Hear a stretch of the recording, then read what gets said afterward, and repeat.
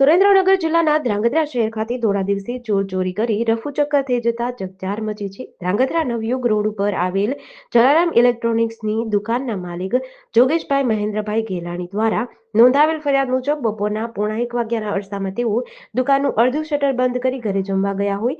જમીને દુકાને 2 વાગ્યાના અરસામાં પરત આવતા દુકાનનું શટર ખુલ્લું દેખાતા કંઈક અજુગતું લાગતા તેમણે દુકાનમાં પ્રવેશ કરી જોતા મોબાઈલના ખોખાઓ આડેધડ પડેલા હોય. તપાસ કરતા કાઉન્ટરમાંથી રૂપિયા 45,000 તથા 3,500નો વેપાર અને 3 મોબાઈલ જેની કિંમત 2700 મળી કુલ 51,200ની ચોરી થયેલ હોય.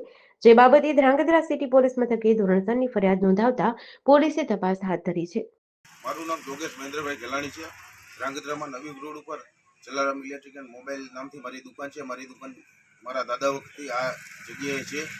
આજ રોજ બપોરે 1:30 વાગે હું પેશાબ ટોયલેટ જવા તથા ત્યાંથી ચા પીવા ગયેલ. ત્યાંથી સમય થતાં હું ઘરે જમવા જવા માટે નીકળી ગયેલ. ત્યારે મારી દુકાનનું અડધું શટર ખુલ્લું હતું. ત્યારે બપોરે 2 વાગે હું જમીને પરત આવેલ.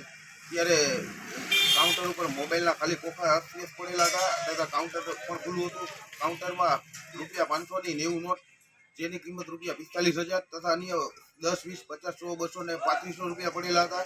જે કાઉન્ટર ખુલ્લું હતું ને ચેક કરતા ₹48,500 નહોતા તથા 3 મોબાઈલ જેમાં 2 આઈટેલ કંપનીના હતા તથા એક જીઓનો રિપોર્ટ મોબાઈલ હતો જેની કિંમત ₹2700 3 મોબાઈલની થાય છે. ટોટલ ₹51,200ની મારી દુકાનમાં બપોરે થોડા દિવસે ચોરી થયેલ છે. ધ્રાંગધ્રામાં આવા ચોરીના બનાવ અવારનવાર બને છે.